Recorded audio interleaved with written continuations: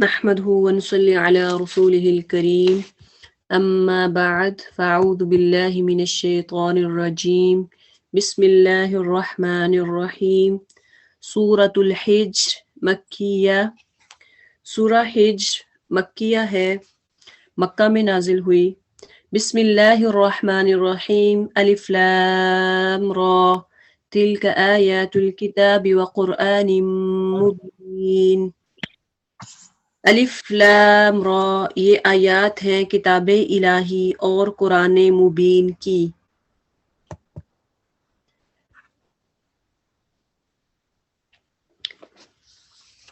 بعید نہیں کہ ایک وقت وہ آ جائے جب وہی لوگ جنہوں نے آج دعوت اسلام کو قبول نہیں کیا پچھتا کر کہیں گے کہ کاش ہم نے سر تسلیم خم کر دیا ہوتا۔ چھوڑو انہیں، کھائیں پئیں مزے کریں اور بلاوے میں ڈالے رکھے ان کو جھوٹی امید، عن قریب انہیں معلوم ہو جائے گا۔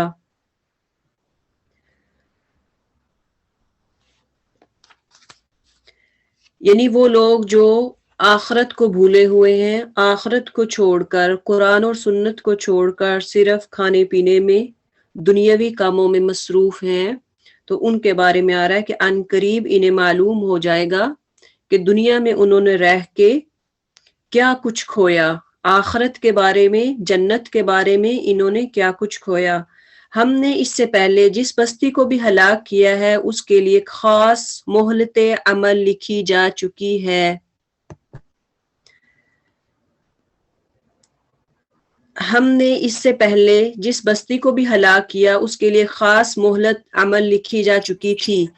اب دیکھیں کہ پہلی بستیاں جتنی بھی ہلاک ہوئیں تو ان کے بارے میں یہی کہ پہلے انہیں مہلت دی جاتی ہے۔ کبھی بھی کسی بستی کو فوراً ہلاک، یعنی یہ نہیں ہے کہ ادھر سے کسی نے گناہ کیا، لوگوں نے گناہ کیا اور فوراً عذاب نازل کر دیا، نہیں، بلکہ اللہ تعالیٰ ڈیل دیتے ہیں، اللہ تعالیٰ وقت دیتے ہیں کہ یہ سوچ لیں، سمجھ لیں، لیکن جب وہ نہیں مانتے تو پھر اس کے بعد ان کو عذاب دیا جاتا، ان پہ عذاب نازل کیا جاتا۔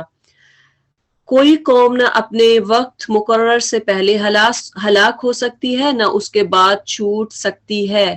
کوئی بھی ایسی قوم نہیں کہ جب وقت آ جائے کسی کے فوت ہونے کا یا ہلاک ہونے کا تو ایسا نہیں کہ اس کو ڈیل دی جائے گی، اس کو ٹائم دیا جائے گا، نہ ہی کسی کو اس کے بعد چھوٹ دی جا سکتی ہے۔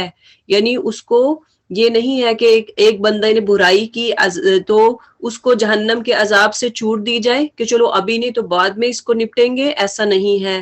وقالوا یا ایھا الذی، یہ لوگ کہتے ہیں اے وہ شخص جس پر ذکر نازل ہوا تو یقیناً دیوانہ ہے۔ کس پر ذکر نازل ہوا؟ آپ صلی اللہ علیہ وسلم کو دیوانہ کہتے تو یقیناً دیوانہ ہے۔ آج بھی دیکھ لیں، آپ تبلیغ کرنے والے، آپ کسی کو اللہ کی طرف بلائیں، کسی مشرک کو کہیں کہ آپ غیر اللہ کے در پہ سجدہ نہیں کریں، آپ مزاروں پہ نہیں جائیں، تو کیا کہیں گے؟ تو پاگل ہو گئی ہے، وہ تو ہماری دعاؤں کو قبول کرتے ہیں، وہ تو ہمیں سنتے ہیں۔ لو ما تأتینا، اگر تو سچا ہے تو ہمارے سامنے فرشتوں کو لے کے کیوں نہیں آتا؟ ہم فرشتوں کو یوں ہی نہیں اتار دیا کرتے، وہ جب اترتے ہیں تو حق کے ساتھ اترتے ہیں اور پھر لوگوں کو مہلت نہیں دی جاتی۔ رہا یہ ذکر یعنی یہ قرآن تو اس کو ہم نے نازل کیا ہے اور ہم خود اس کے نگہبان ہیں۔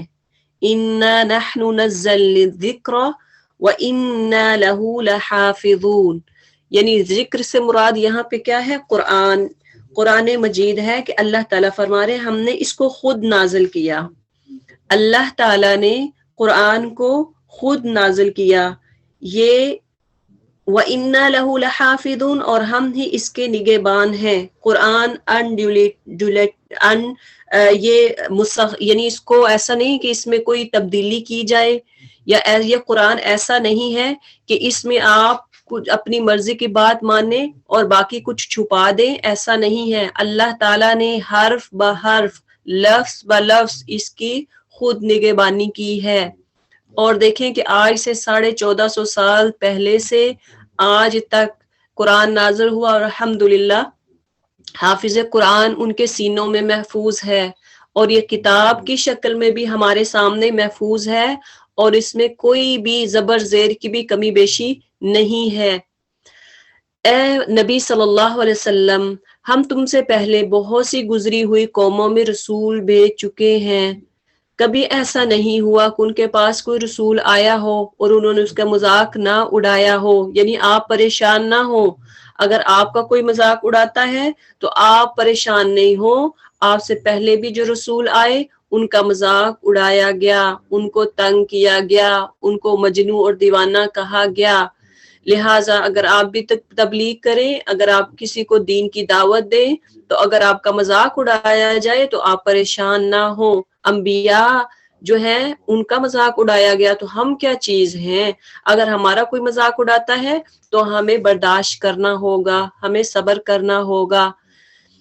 مجرمین کے دلوں میں تو ہم اس ذکر کو اسی طرح سلاخ کی مانند گزارتے ہیں، وہ اس پر ایمان نہیں لایا کرتے۔ قدیم سے اس قماش کے لوگوں کا یہی طریقہ چلا آ رہا ہے، یعنی یہ صرف ابھی نہیں ہے کہ یہ ایمان نہیں لا رہے، آج سے پہلے جتنے بھی انبیاء آ گئے، جتنے بھی پہلے انبیاء گزرے، سب کے ساتھ ایسے ہوا، جو بھی وہ کتاب یا صحیفہ لے کر آئے تو لوگوں نے اس کو نہ مانا۔ وَلَوْ فَتَحْنَا عَلَيْهِمْ بَابًا مِّنَ السَّمَاءِ، اگر ہم ان پر آسمان کا کوئی دروازہ کھول دیتے اور وہ دن دہاڑے اس پر چڑھنے بھی لگتے، تب بھی وہ یہی کہتے کہ ہماری آنکھوں کو دھوکا ہو رہا ہے، بلکہ ہم پر جادو کیا گیا ہے۔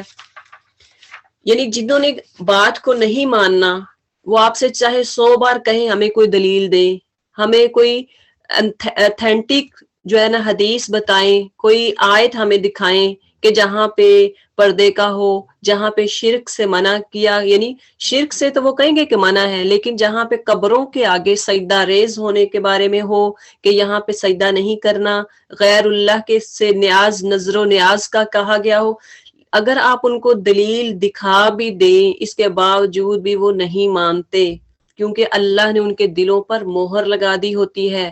تب بھی وہ یہی کہتے ہیں کہ ہماری آنکھوں کو دھوکا ہو رہا ہے، بلکہ ہم پر جادو کر دیا گیا ہے۔ یہ ہماری کار فرمائی ہے کہ آسمان میں ہم نے بہت سے مضبوط قلعے بنائے ہیں، ان کو دیکھنے والوں کے لیے مزین کر دیا ہے۔ اللہ تعالیٰ نے آسمان میں کتنے قصر، قلعے، عمارتیں بنائی ہیں، جیسے کہ برج، یعنی آسمان میں دیکھیں کہ برج ہے، اس کی منزلیں ہیں، ستارے ہیں اور سورج چاند ہیں، سارے اپنے ٹائم پہ آتے جاتے ہیں، اور آسمان کو دیکھیں اللہ تعالیٰ نے کتنا پیارا مزین کر دیا ہے۔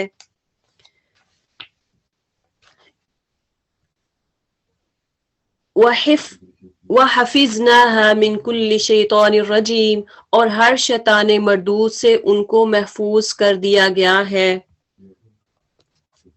اب دیکھتے ہیں کہ شہاب مبین یعنی شعلہ، رات کے ٹائم جب کبھی آپ دیکھیں تو ایک شعلہ سا نکلتا ہے، اس کو میٹورائٹ بولتے ہیں، شعلہ نکلتا ہے، وہ شیطان جب آسمان کی طرف کوئی خبر لینے جاتا ہے اس وقت اس کو شعلے مارے جاتے ہیں تاکہ وہ آسمان کی طرف نہ جا پائے۔ تو اللہ تعالیٰ نے آسمان کو ستاروں سے بھی مزین کیا ہے، إِلَّا مَنِ اسْتَرَقَ السَّمْعَ، یعنی اللہ تعالیٰ نے اس کو محفوظ کیا ہے آسمان کو شیطان مردود سے۔ کس کے ذریعے سے؟ شہاب مبین کی وجہ سے، جو شعلے ہیں اس کی وجہ سے۔ کوئی شیطان ان میں سے راہ نہیں پا سکتا الا یہ کہ کچھ سن گن لے لے، یعنی وہ کیا سننے جاتے ہیں کہ دیکھیں کیا خبریں چل رہی ہیں آسمان پر، اللہ فرشتوں سے کیا کہہ رہے ہیں، اور جب وہ سن گن لینے کی کوشش کرتا ہے تو ایک شعلہ روشن اس کا پیچھا کرتا ہے۔ ہم نے زمین کو پھیلایا، اس میں پہاڑ جمائے، اس میں ہر نوع کی نباتات ٹھیک ٹھیک نپی تلی مقدار کے ساتھ اگائی۔ یعنی زمین کو دیکھ لیں، پوری دنیا میں اللہ تعالیٰ نے اس کو پھیلا دیا ہے، پھر اس میں پہاڑ جو ہے اس کو جما دیا۔ لاسٹ ٹائم بھی ہم نے پڑھا تھا کہ زمین جو ہے وہ پہلے موو کرتی تھی، ہلتی تھی، تو اس کے بعد اللہ تعالیٰ نے پہاڑوں کو گاڑ دیا تاکہ زمین ہلے نہیں، مضبوط کر دیا۔ اس میں ہر نوع کی نباتات، ہر قسم کے فروٹ، سبزیاں، غلات، ہر قسم کے اس میں موجود ہیں جو کہ نپی تلی مقدار کے ساتھ اگائی ہے۔ اللہ تعالیٰ کو پتا ہے کس کو کتنا دینا ہے اور کہاں کتنا اگانا ہے، یہ اللہ کو پتا ہے۔ کسان کا کام بیج بونا ہے، لیکن اگانا کس کو ہے اور کتنا اگانا ہے اور کتنا پھل دینا ہے، یہ اللہ کا کام ہے۔ اور اس میں معیشت کے اسباب فراہم کیے تمہارے لیے بھی اور ان بہت سی مخلوقات کے لیے بھی جن کے رازق تم نہیں ہو۔ اب دیکھیں کہ وہ مخلوقات جن کے رازق ہم نہیں، پرند چرند، کسان جب کوئی بھی دانہ بوتا ہے، زمین میں ڈالتا ہے تو کیا ہوتا ہے، کبھی ایسا ہوتا ہے کہ وہ پرند چرند آ کے کھا جاتے ہیں، بہت زیادہ اگتا نہیں۔ اور معیشت میں کیا ہوتا ہے، اللہ تعالیٰ فرماتے ہیں کہ ہم نے معیشت کے اسباب بنائے ہیں، آپ کو فائنانشلی سپورٹ کرنے کے لیے۔ کیا کیا، آپ جب زمین میں اگاتے ہیں تو اللہ تعالیٰ، بوتے ہیں جب آپ زمین میں تو اللہ تعالیٰ اس کو اگاتا ہے تاکہ آپ فائنانشلی مضبوط ہوں، تمہارے لیے بھی اور ان بہت سی مخلوقات کے لیے بھی جن کے رازق تم نہیں ہو۔ زمین میں جو اگنے والے ہیں، جو چرنے والے جانور ہیں، وہ یہیں سے کھاتے پیتے ہیں۔ کوئی چیز ایسی نہیں جس کے خزانے ہمارے پاس نہ ہوں، اور جس چیز کو بھی ہم نازل کرتے ہیں ایک مقرر مقدار میں نازل کرتے ہیں۔ دیکھیں یہ ساری اللہ کی نعمتیں ہیں، آسمان، زمین اور آسمان میں موجودہ ساری چیزیں، یعنی ستارے، شہاب ثاقب، یہ ساری چیزیں کیا ہیں، اللہ کی مخلوقات ہیں، اور اللہ تعالیٰ کی ہر چیز ایک بہت بڑی نعمت ہے ہمارے لیے، انسانوں کے لیے۔ دیکھیں سورج اگر نہ ہوتا تو کسان کیسے زمین میں اگا پاتا؟ کیا یعنی جہاں پہ دھوپ نہیں ہوتی تو کیسے کوئی چیز اگتی ہے؟ نہیں اگتی۔ یہ دیکھیں کہ جیسے چاند ہے، رات کو روشنی ہے، اگر چاند نہ ہوتا تو کیا ہوتا، رات ساری اندھیرا ہی ہوتا، کوئی انسان باہر نکل ہی نہ سکتا، آپ جتنی بھی اسٹریٹ لائٹ لگا دے۔ یہ اللہ کی بہت بڑی نعمت ہے، کوئی چیز ایسی نہیں جس کے خزانے میں ہمارے پاس نہ ہو۔ اللہ کے پاس ہر طرح کے خزانے موجود ہیں۔ اب دیکھیں کہ سمندر کے اندر جواہرات، ہیرے، ہر طرح کی چیزیں اللہ تعالیٰ نے وہاں رکھی ہوئی ہیں۔ اسی طرح سے آپ دیکھیں کہ سونے کے پہاڑ جو نکلتے ہیں، سونا جہاں پہاڑوں کے اندر سے نکلتا ہے، ہر طرح کا خزانہ اللہ کے پاس ہے، اور جس چیز کو بھی ہم نازل کرتے ہیں ایک مقرر مقدار میں نازل کرتے ہیں۔ بار آور ہواؤں کو ہم ہی بھیجتے ہیں۔ کون ہے جو ہواؤں کو نازل کرتا ہے، ہواؤں کو بھیجتا ہے؟ اللہ تعالیٰ ہی ہواؤں کو بھیجتا ہے۔ پھر آسمان سے پانی برساتے ہیں اور اس پانی سے تمہیں سیراب کرتے ہیں، اس دولت کے خزانے وار تم نہیں ہو۔ اب انسان اگر اپنی زمین میں بوتا ہے، کسان اگر دانہ ڈالتا ہے اور وہ اگ جاتا ہے تو اس کا سارا کریڈٹ اس بندے کو نہیں جاتا، کسان کو نہیں جاتا، بلکہ کریڈٹ کس کا ہے؟ اللہ تعالیٰ کا۔ اللہ تعالیٰ چاہے تو اس کو اگا دے، اللہ تعالیٰ کا کرشمہ ہے اگر وہ اس سے زیادہ اگائے یا کم اگائے، یہ سارا اللہ تعالیٰ کے ہاتھ میں ہے۔ ہواؤں کو بھیجنا کون بھیجتا ہے؟ اللہ تعالیٰ۔ پھر آسمان سے پانی برسانا یہ کون کرتا ہے؟ اللہ تعالیٰ۔ اور اس پانی سے تمہیں سیراب کرتے ہیں، اس دولت کا خزانہ وار تم نہیں ہو۔ اب دیکھیں کہ یہ کسی کے ہاتھ میں نہیں ہے، انسان کے ہاتھ میں یہ پاور نہیں ہے کہ وہ ہواؤں کا رخ پھیر دے، ہواؤں کا رخ بدل دے۔ یعنی اگر کسی کو کہیں نقصان ہو رہا ہوا کی وجہ سے تو کیا ہم اس کو پھیر سکتے ہیں؟ کہ سپر پاور اس کو پھیر سکتی ہے؟ نہیں۔ اسی طرح سے آسمان سے پانی کا برسانا کسی انسان کے ہاتھ میں نہیں ہے، کوئی سپر پاور آسمان سے بارش جہاں چاہے وہاں پہ نازل کر دے، جہاں چاہے وہاں پہ خشک کر دے، ایسا نہیں ہے، بلکہ اللہ کے ہاتھ میں ہے، اور اللہ کو پتا ہے کہاں کس ٹائم میں نے کتنی نازل کرنی ہے، کس بندے کو میں نے کتنا دینا ہے۔ زندگی اور موت ہم دیتے ہیں اور ہم ہی سب کے وارث ہونے والے ہیں۔ اللہ تعالیٰ ہی ہے جو انسانوں کو زندگی اور موت دیتا ہے۔ پہلے جو لوگ تم سے گزرے ہیں ان کو بھی ہم نے دیکھ رکھا ہے، اور بعد کے آنے والے بھی ہماری نگاہ میں ہیں۔ پہلی جتنی امتیں گزر گئیں اللہ کو پتا ہے جس نے جتنے اعمال کیے، کیسے اعمال کیے، کتنے اچھے اعمال کیے، اللہ سب جانتا ہے، اللہ سب دیکھ رہا ہے۔ انہ حکیم علیم، وہ حکیم بھی ہے اور علیم بھی ہے، حکمت والا بھی ہے اور جاننے والا بھی ہے۔ ہم نے انسان کو سڑی ہوئی مٹی کے سوکھے گارے سے بنایا، اور اس سے پہلے ہم جنوں کو ہم آگ کی لپٹ سے پیدا کر چکے ہیں، یعنی جنوں کو کس سے پیدا کیا؟ آگ سے، اور انسانوں کو مٹی سے۔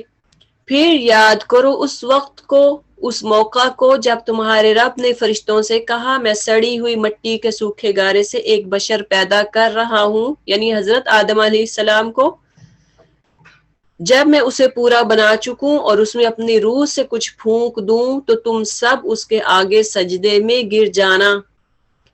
اب یہاں پہ کیا ہے کہ اللہ تعالیٰ نے انسان کو پیدا کرنے کے بعد اس میں روح پھونکی، اور کہا جاتا ہے کہ وہی روح ہے، آپ دنیا کی جتنی بھی سہولتیں ہیں اس کو حاصل کر لیں، فیسلٹیز آپ دنیا کی ساری حاصل کر لیں، آرام، عیش، عشرت سب کچھ پا لیں، لیکن اگر آپ کی وہ جو روح ہے اس میں اگر سکون نہیں ہے تو یہ جتنی بھی آپ کی لگژریز ہوگی وہ کسی کام کی نہیں ہے۔ اس لیے اس روح کی جو غذا ہے وہ کیا ہے؟ کیا پانی ہے؟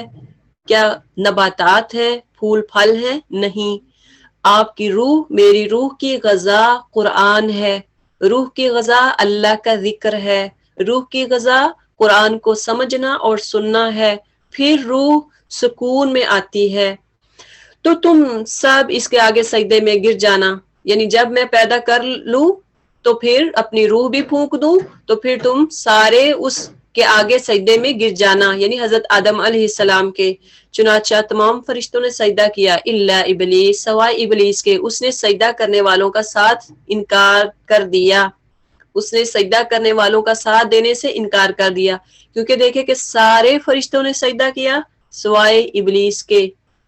تو اس کے بارے میں ہم پہلے بھی پڑھ چکے ہیں کہ ابلیس کے علاوہ سب نے سجدہ کر دیا، ابلیس نے انکار کر دیا۔ اب دیکھیں کہ ابلیس نے جنت بھی دیکھی، جہنم بھی دیکھی، سب کچھ دیکھنے کے باوجود اس نے سجدہ کیا انا کی وجہ سے، تکبر کی وجہ سے۔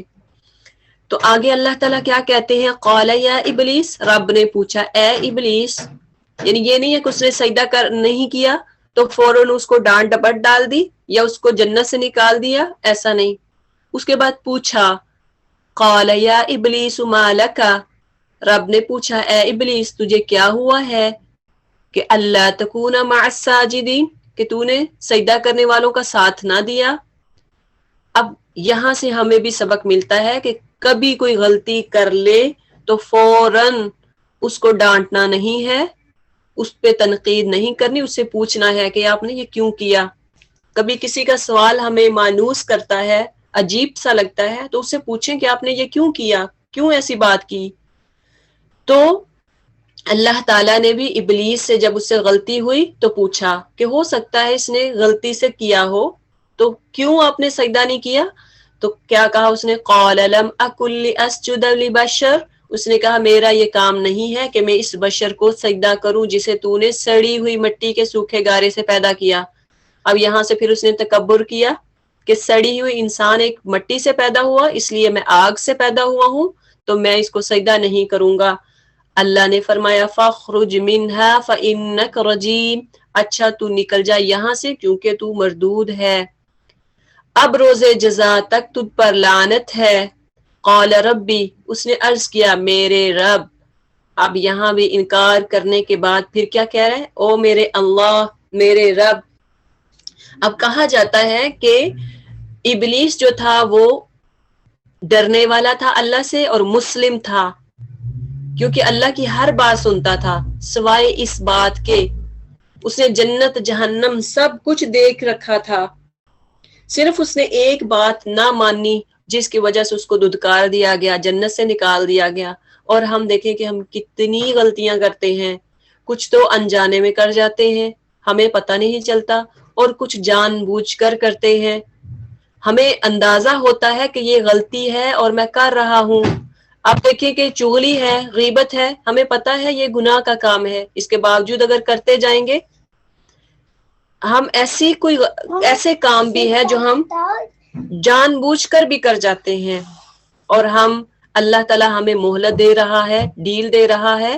قال فإنك من المنظرین، فرمایا اچھا تجھے مہلت ہے، الی یوم الوقت المعلوم، اس دن تک جس کا وقت ہمیں معلوم ہے. وہ بولا میرے رب جیسا تو نے مجھے بہکایا اسی طرح اب میں زمین کے لیے دل فریبیاں پیدا کر کے ان سب کو بہکا دوں گا. استغفر اللہ. اللہ سے کیا کہہ رہا ہے؟ اغویتنی، تو نے مجھے بہکا دیا.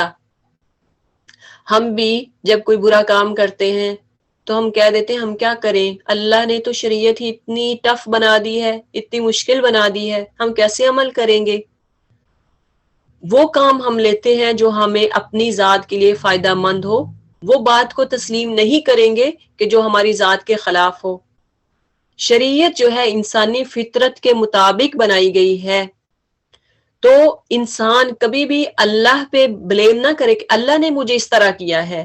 اللہ سے توفیق مانگے. اگر کوئی آپ کو لگتا ہے کہ شریعت میں عمل نہیں کر سکتے، اللہ سے کہیں کہ اللہ مجھے توفیق دے دے. اگر دنیا کی محبت میں مگن ہے، اللہ سے کہیں اللہ مجھے آخرت کی محبت بھی نصیب کر دے، اللہ میرے لیے فلاں کام آسان کر دے، تو کر سکتا ہے. بجائے یہ کہ اللہ پہ بلیم ڈال دے. الا عبادک منہم المخلصین، سوائے تیرے ان بندوں کے جنہیں تو نے ان میں سے خالص کر لیا ہو. فرمایا یہ میرا راستہ ہے جو سیدھا ہے، مجھ تک پہنچتا ہے. کون سا راستہ؟ کہ جو میرے بندے ہوں گے وہ میرے راستے پہ چلیں گے. وہ راستہ جو کہ میں اور آپ سارے سورۃ فاتحہ جب نماز پڑھتے ہیں تو اس وقت اللہ سے مانگتے ہیں اہدنا الصراط المستقیم، یعنی ہمیں سیدھا راستہ دکھا دے. اہدنا، ہمیں دکھا دے، صراط المستقیم، سیدھا راستہ. اور پھر ساتھ ہی اللہ تعالیٰ سے ہم یہ بھی مانگتے ہیں کہ وہ راستہ صراط الذین انعمت علیہم، جن پر تو نے اپنے بندوں پر تو نے انعام کیا، وہ راستہ ہمیں دکھا دے. ان عبادی لیس لک علیہم، بے شک جو میرے حقیقی بندے ہیں ان پر تیرا بس نہ چلے گا. تیرا بس تو صرف ان بہکے ہوئے لوگوں پر ہی چلے گا جو تیری پیروی کریں گے. اب کیا کہہ رہے ہیں کہ جو میرے حقیقی بندے ہیں، اللہ تعالیٰ فرما رہا ہے ان پر تیرا بس نہیں چلے گا، تو ان کو کنٹرول نہیں کر پائے گا. تو 100 چالیں چل رہے، 100 چیزوں کو مزین کر دے، لیکن جو میرے بندے ہیں وہ میری ہی راہ پر چلیں گے، میری ہی پیروی کریں گے. ان سب کے لیے جہنم کی وعید ہے. کن کے لیے؟ کہ جو شیطان کے راستے پر چلتے ہیں. تو مومن جو ہوتا ہے وہ ہمیشہ اللہ کا راستہ، اللہ کے راستے کا طلبگار ہوتا ہے. یہ جہنم لہا سبعۃ ابواب، یہ جہنم اس کے 7 دروازے ہیں، یعنی جس کی وعید ابلیس کے پیروکاروں کو دی گئی اس کے 7 دروازے ہیں. لکل باب منہم جزء مقسوم، اور ہر دروازے کے لیے ان میں سے ایک حصہ مخصوص کر دیا گیا ہے. اب یہاں پہ اسکالر کہتے ہیں کہ 7 ذرائع ہیں جن کی وجہ سے لوگ جہنم میں جائیں گے، 7 اسباب کی وجہ سے. اور وہ کیا ہے؟ 7 کبیرہ گناہ جو اپنی لائف سٹائل میں، یعنی 7 میں سے کوئی بھی ایک گناہ کو روز مرہ پہ ڈیلی بیسس پہ کرتا ہے، اس کو اپنا لائف سٹائل بنا لیتا ہے، تو وہ پھر 7 دروازوں میں سے اس دروازے میں جائے گا جو اس نے اپنی زندگی میں لائف سٹائل بنایا ہوگا. وہ 7 کبیرہ گناہ کون سے ہیں؟ نمبر 1 ہے شرک. شرک اللہ تعالیٰ کبھی معاف نہیں کریں گے. جو شرک کرنے والا ہوگا اس کو جہنم کے شرک کے دروازے سے بلایا جائے گا. نمبر 2 ہے قطع تعلقی، جو رشتہ دار بن کے رشتہ داری کو نہیں نبھاتے، بہن بھائیوں کے ساتھ اچھا سلوک نہیں کرتے، اور ان کو قطع تعلقی والے دروازے سے بلایا جائے گا. اسی طرح سے قتل، زنا، کمزوروں پر ظلم کرنا کتنی بڑی بات ہے. آپ کے نوکر چاکر ان پہ ظلم کرنا، آج دیکھیں کہ ہمارے پاکستان میں یہ عام ہے، آپ کے خادم ہیں، آپ کے نوکر، گھر کے سرونٹس جو ہوتے ہیں ان پہ ظلم کرتے ہیں، زیادتیاں کرتے ہیں، ان کو جلا دیتے ہیں، اگر کوئی غلطی کرتا ہے اس کو مارا جاتا، پیٹا جاتا ہے۔ تو جو مظلوم ہے، کیونکہ وہ کمزور ہوتے ہیں، وہ آپ کو کچھ کہہ نہیں سکتے، تو جو مظلوم ہے ان پر ظلم کرنا۔ اسی طرح سے جھوٹی شہادت، جھوٹی گواہی دینا کسی کے حق میں کہ چلو یہ میرا بھائی ہے، جھوٹ بولنا یعنی خود بھی جھوٹی گواہی دینا۔ آپ کے خلاف ہی اگر کوئی نہ گواہی آئے لیکن جھوٹی نہیں دینی چاہیے، سچ بولنا چاہیے۔ آگے ہے بغش، بغش کہتے ہیں بغاوت کا راستہ، جو باغی ہو جاتا ہے، یعنی یہ 7 چیزیں ہیں، 7 کبائر گناہ ہیں، جو کوئی اس کو اپنی لائف سٹائل بنا لے گا کسی ایک گناہ کو، وہ جہنم کے اسی دروازے سے پکارا جائے گا۔ اللہ تعالی ہمیں محفوظ فرمائے ان سارے گناہوں سے۔ اگر کبھی کوئی ہو چکا تو اللہ تعالیٰ سے معافی مانگے، اللہ تعالیٰ غفور الرحیم ہے، وہ معاف کرنے والا ہے۔ ان المتقین فی جنات و عیون، پہلے تو ذکر کیا ان لوگوں کا جو جہنمی ہوں گے، ان کو 7 دروازوں سے بلایا جائے گا۔ دوسری سائڈ پہ اللہ تعالیٰ متقی لوگوں کو بتا رہے ہیں، ان کے بارے میں بتا رہے ہیں کہ اس کے متقی لوگ باغوں اور چشموں میں ہوں گے، یعنی اس کے خلاف جو متقی لوگ ہوں گے وہ باغوں اور چشموں میں ہوں گے، اور ان سے کہا جائے گا کہ داخل ہو جاؤ ان میں سلامتی کے ساتھ، بے خوف و خطر۔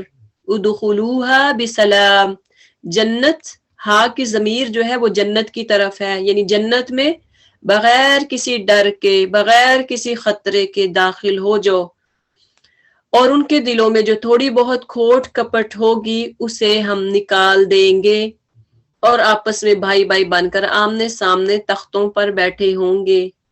کیا ہی وہ نظارہ ہوگا، امیجن کریں جب آپ کے بہن بھائی، جب آپ کے ملنے والے رشتہ دار، آپ جن کو پسند کرتے ہیں، دنیا میں تو کبھی غلطی سے ہو جاتا ہے کہ آپس میں دل کے اندر کینہ، بغض، حسد آ جاتا ہے، لیکن اللہ تعالیٰ قیامت والے دن سب بغض، حسد، سب کچھ نکال کے دلوں کو عین صاف کر دیں گے، اور آپس میں آپ سب کو بٹھا دیں گے، آپس میں بھائی بھائی بن کر سارے تختوں پر بیٹھے ہوں گے۔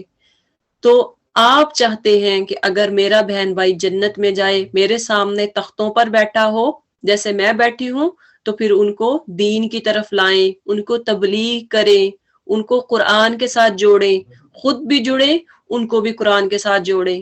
قرآن واحد وہ ذریعہ ہے جو آپ کو جنت تک لے کے جانے والا ہے انشاءاللہ۔ جب آپ اس کے ساتھ جڑ جائیں گے پھر آپ کو پتا چلے گا کہ کیا میں نے حکم، وہ اللہ کے کام، وہ باتیں ہیں جو میں نے ماننی ہے، اللہ نے مجھے، اللہ میرے سے کیسے راضی ہوگا، میرا خالق، میرا محبوب میرے سے کیسے راضی ہوگا۔ پھر آپ جب قرآن سے جڑیں گے انشاءاللہ، جب اس کو ڈیٹیل سے پڑھیں گے اور حدیث کو ڈیٹیل سے پڑھیں گے، پھر آپ کو اپنی زندگی کے بارے میں پتا چلے گا میں نے اس کو کیسے گزارنا ہے۔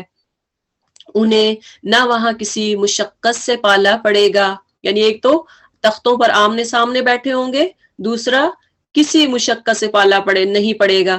دنیا میں دیکھیں چاہے کوئی بھی کتنا بھی بڑے سے بڑا مالدار ہو، کیا ہوتا ہے، اس کو مشقت، محنت کرنی پڑتی ہے، اس کو ایک جگہ سے دوسرے ملک میں سفر کرنے پڑتے ہیں، کتنا بھی بڑا بزنس مین ہو اس کو کہیں نہ کہیں مشقت آتی ہے، اور نہ وہ وہاں سے نکالے جائیں گے۔ وہاں سے یہ بھی ڈر نہیں ہوگا کہ مجھے تو رینٹ دینا پڑے گا 2 سال کا، 4 سال کا، 6 سال کا، تو کیا بعد میں میں نکل جاؤں گا، ایسا نہیں ہے۔ جو ایک دفعہ جنت میں داخل ہو گیا وہ وہاں سے نہیں نکل پائے گا۔ نبی عبادی انی انا الغفور الرحیم، اے نبی صلی اللہ علیہ وسلم میرے بندوں کو خبر دے دو کہ میں بہت درگزر کرنے والا اور رحیم ہوں۔ پہلے ہمیں بتایا جہنم کے بارے میں، اس کے بعد جنتیوں کا ذکر، اس کے بعد یعنی اللہ تعالیٰ نے یہ بھی فرما دیا کہ میرے بندوں کو خبردار کر دو۔ کیوں؟ اگر کسی سے بھولے چکے خطا ہو گئی تو وہ میرے سے آ کے معافی مانگے، انا الغفور الرحیم، میں درگزر کرنے والا اور رحیم ہوں۔ آج ہی کوئی بھی زندگی میں کوئی پیچھے کبیرہ گناہ ہو گیا ہو، اللہ سے ضرور معافی مانگے، دل میں بیٹھے بیٹھے معافی مانگے، اللہ میں نے فلاں وقت میں فلاں گناہ کیا، اللہ تو مجھے معاف کر دے۔ اگر کسی حقوق العباد میں سے ہے تو اس بندے یا بندی سے معافی مانگ لیں، اللہ معاف کرنے والا ہے۔ وَأَنَّ عَذَابِي، مگر اس کے ساتھ میرا عذاب، هُوَ الْعَذَابُ الْأَلِيمُ، یعنی ایسا نہیں ہے کہ ایک طرف تو اللہ بہت بخشنے والا، بہت رحیم ہے کہ آپ ایک ہی دفعہ اللہ کے در پہ آ جائے معاف کر دے، دوسری طرف اللہ تعالی سخت عذاب بھی دینے والا ہے۔ ساتھ ہی اللہ نے وارن بھی کر دیا کہ اگر کوئی میرے در پہ نہیں آئے گا، معافی نہیں مانگے گا تو هو العذاب العلیم، مگر اس کے ساتھ میرا عذاب بہت دردناک عذاب ہے۔ اور انہیں ذرا ابراہیم کے مہمانوں کا قصہ سناؤ۔ یہاں سے پھر ابراہیم علیہ السلام کا قصہ آ رہا ہے جو کہ ہم نے پہلے بھی پڑھا۔ جب وہ آئے اس کے ہاں اور کہا سلام ہو تم پر۔ اب یہاں سے ہمیں کیا پتا چلتا ہے، جب بھی کہیں جائیں فون کال کریں تو ہیلو کی بجائے کیا کہنا ہے، السلام علیکم۔ جب آپ السلام علیکم کہتے ہیں تو 10 نیکیاں، السلام علیکم ورحمت اللہ کہتے ہیں تو 20، السلام علیکم ورحمت اللہ وبرکاتہ کہتے ہیں تو 30 نیکیاں ملتی ہیں، لیکن اللہ تعالیٰ بڑھا بھی سکتا ہے۔ قال انا منکم وجلون، اس نے کہا ہمیں تم سے ڈر لگتا ہے۔ اس کی ریزن ہم پہلے پڑھ چکے ہیں کہ ابراہیم علیہ السلام کیوں ڈرے تھے فرشتوں سے۔ قالوا لا توجل، انہوں نے جواب دیا ڈرو نہیں، ہم تمہیں ایک بڑے سیانے لڑکے کی بشارت دیتے ہیں کہ ایک ایسا لڑکا جو نبی ہوگا، یعنی اسحاق علیہ السلام کے پیدا ہونے کی۔ ابراہیم نے کہا کیا تم اس بڑھاپے میں مجھے اولاد کی بشارت دیتے ہو؟ ذرا سوچو تو صحیح کہ یہ کیسی بشارت تم مجھے دے رہے ہو۔ جب بوڑھا آدمی ہو تو اس کو خوشخبری دی جائے تو کیا لگے گا اس کو کہ یہ کیسا ہے، مجھے کیسے، یعنی میں تو اتنی 80 کا 90 کا ہو گیا ہوں اور مجھے خوشخبری دی جا رہی ہے اولاد کی۔ قالوا بشرناک بالحق، انہوں نے جواب دیا ہم تمہیں برحق بشارت دے رہے ہیں، تم مایوس نہ ہو۔ انہوں نے ابراہیم علیہ السلام نے کہا اپنے رب کی رحمت سے مایوس تو گمراہ لوگ ہی ہوتے ہیں۔ گمراہ لوگ یعنی اللہ تعالیٰ کیا فرماتے ہیں کہ لا تقنطوا من رحمت اللہ، اللہ کی رحمت سے مایوس نہیں ہونا۔ یہاں پہ فرما رہے ہیں کہ مایوس کون لوگ ہوتے ہیں، الا الضالون، گمراہ لوگ۔ اس لیے میں اور آپ مسلمان ہیں، اللہ ہمیں پکا سچا مومن بنائے، تو مومن کبھی بھی اپنے اللہ سے مایوس نہیں ہوتا، نا امید نہیں ہوتا، ہمیشہ اس کو امید ہوتی ہے، ہمیشہ اس کو توقع ہوتی ہے کہ ایک دن اللہ تعالی میری ضرور قبول کرے گا دعا اور میرے حالات سیٹ کرے گا، مجھے ہدایت دے گا، میری اولاد کو ہدایت دے گا۔ پھر ابراہیم علیہ السلام نے پوچھا اے فرستادگان الہی، وہ مہم کیا جس پر آپ حضرات تشریف لائے ہیں، یعنی وہ کیا بات ہے، فرشتوں سے پوچھا کہ کس وجہ سے آپ تشریف لائے ہیں۔ وہ بولے ہم ایک مجرم قوم کی طرف بھیجے گئے ہیں، صرف لوط کے گھر والے مستثنا ہیں، ان سب کو ہم بچا لیں گے، الا امرأتہ، سوائے اس کی بیوی کے جس کے لیے اللہ فرماتا ہے ہم نے مقرر کر دیا ہے وہ پیچھے رہ جانے والوں میں شامل رہے گی۔ پھر جب یہ فرستاد لوط کے ہاں پہنچے، یعنی وہ فرشتے جو تھے وہ ایک انسانوں کی خوبصورت نوجوان انسان کی شکل میں آئے تھے، 2 فرشتے، تو وہ جب لوط علیہ السلام کے پاس پہنچے قالوا انکم قوم منکرون، اس نے کہا آپ لوگ اجنبی معلوم ہوتے ہو، کیونکہ وہ فرشتے کی صفت میں حالت میں نہیں آئے تھے۔ انہوں نے جواب دیا نہیں، بلکہ ہم وہی چیز لے کر آئے ہیں جس کے آنے میں یہ لوگ شک کر رہے تھے، ہم تم سے سچ کہتے ہیں کہ ہم حق کے ساتھ تمہارے پاس آئے ہیں، لہٰذا اب تم کچھ رات رہے اپنی گھر والوں کو لے کر نکل جاؤ، یعنی رات کا جو حصہ باقی ہے اپنے گھر والوں کو لے کر، اور جو مومن ہے جو آپ کے ساتھ ایمان لانے والے پیروکار ہیں ان کو لے کر نکل جاؤ، اور خود ان کے پیچھے پیچھے چلو، یعنی وہ آپ کے آگے ہوں اور آپ ان کے پیچھے ہو، تم میں سے کوئی پلٹ کر نہ دیکھے۔ کیوں کہا تھا پلٹ کر نہ دیکھے؟ کیونکہ جب وہ بستی کو تباہ ہوتا دیکھیں گے تو پھر وہ ایموشنل ہوں گے، ہو سکتا ہے کہ وہ بھی ان کے ساتھ مل جائے، یعنی وہ اپنے بہن بھائیوں کو اپنے رشتہ داروں کو بچانے کے لیے پیچھے بھاگے، اس وجہ سے فرمایا کہ تم میں سے کوئی پلٹ کر نہ دیکھے، سب سیدھے چلے جاؤ جدھر جانے کا تمہیں حکم دیا جا رہا ہے، اور اسے ہم نے اپنا